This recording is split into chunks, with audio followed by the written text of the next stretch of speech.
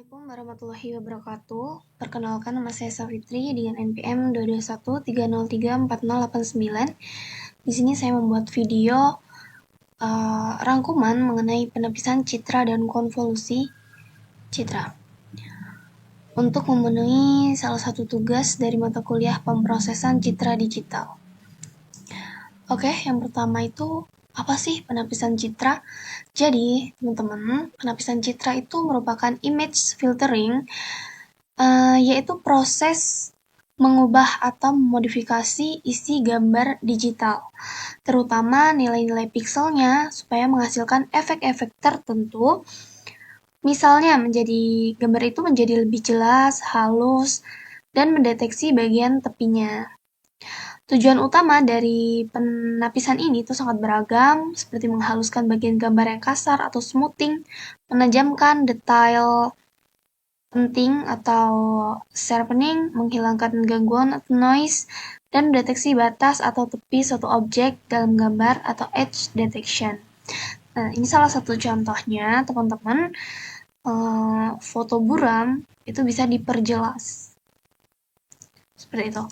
Selanjutnya, masih lanjutan tadi. Penapisan citra itu berarti memodifikasi piksel-piksel di dalam citra berdasarkan transformasi terhadap nilai-nilai piksel tetangganya. Oke, selanjutnya apa sih konvolusi itu? Nah, konvolusi adalah proses matematika yang menggabungkan dua fungsi untuk menghasilkan fungsi ketiga yang menunjukkan bagaimana bentuk suatu fungsi dipengaruhi oleh fungsi lainnya. Selanjutnya ada konvolusi pada fungsi diskrit.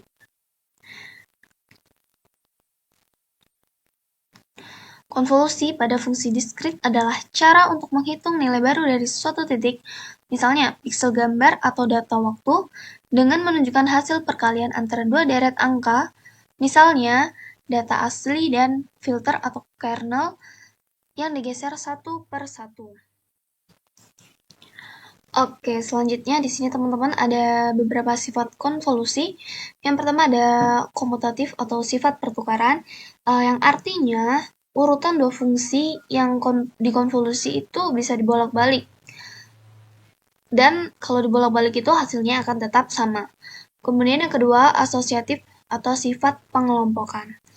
Yang artinya kalau ada 3 fungsi, kamu bisa konvolusikan 2 dulu yang mana saja, kemudian hasilnya akan tetap sama. Kemudian yang ketiga ada homogenus atau sifat homogen. Yang keempat ada aditif atau distributif, yang artinya sifat penjumlahan. Misal kamu menjumlahkan dua fungsi dulu, kemudian dikonvolusi, maka hasilnya sama dengan konvolusi 1 per 1 lalu dijumlahkan. Yang kelima ada shift invariant atau sifat pergeseran. Oke, selanjutnya ada konvolusi pada fungsi dwimatra.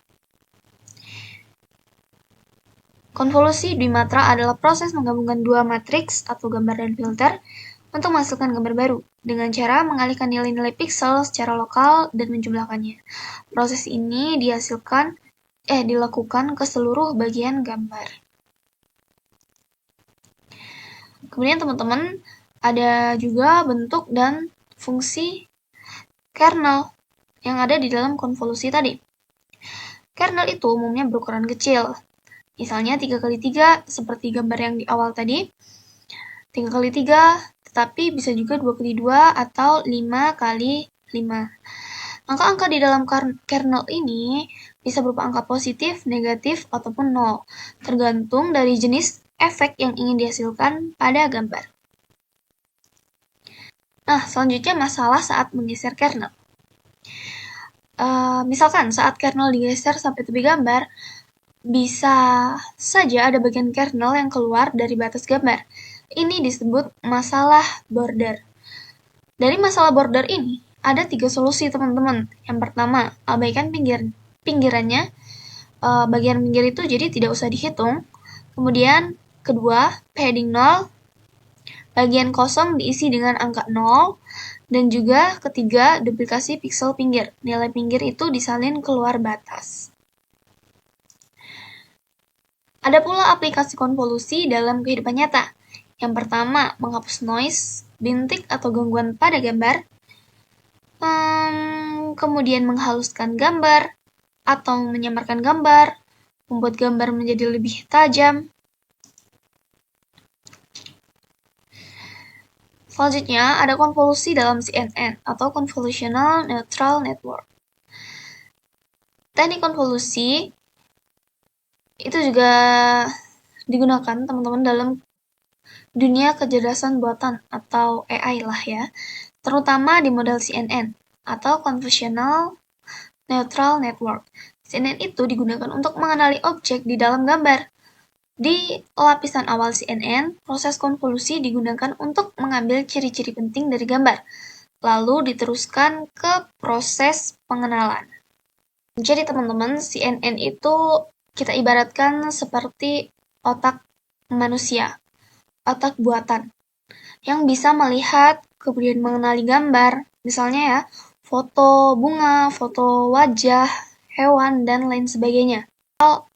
Teman-teman melihat kucing nih, gambar kucing. Nah, otomatis teman-teman akan tahu nih, yang teman-teman lihat tadi tuh kucing apa sih? Kucing domestik atau Persia, Angora, dan lain-lain. Seperti itu. Nah, selanjutnya ada 3 lapisan dari CNN tadi, teman-teman. Yang pertama ada convolutional layer. Lapisan ini merupakan tempat terjadinya proses konvolusi gambar. Jadi ini merupakan proses awalnya. Kemudian ada pooling layer. Pooling layer ini lapisan untuk mengecilkan data agar lebih efisien. Dan yang ketiga adalah fully connected layer, menghubungkan semua neuron untuk klasifikasi akhir. Selanjutnya ada arsitektur CNN. Ada beberapa arsitektur CNN yang sering digunakan.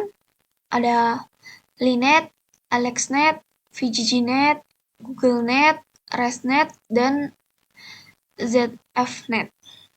Mungkin itu saja yang dapat saya jelaskan. Kurang lebihnya saya mohon maaf. Saya akhiri. Wassalamualaikum warahmatullahi wabarakatuh. Terima kasih.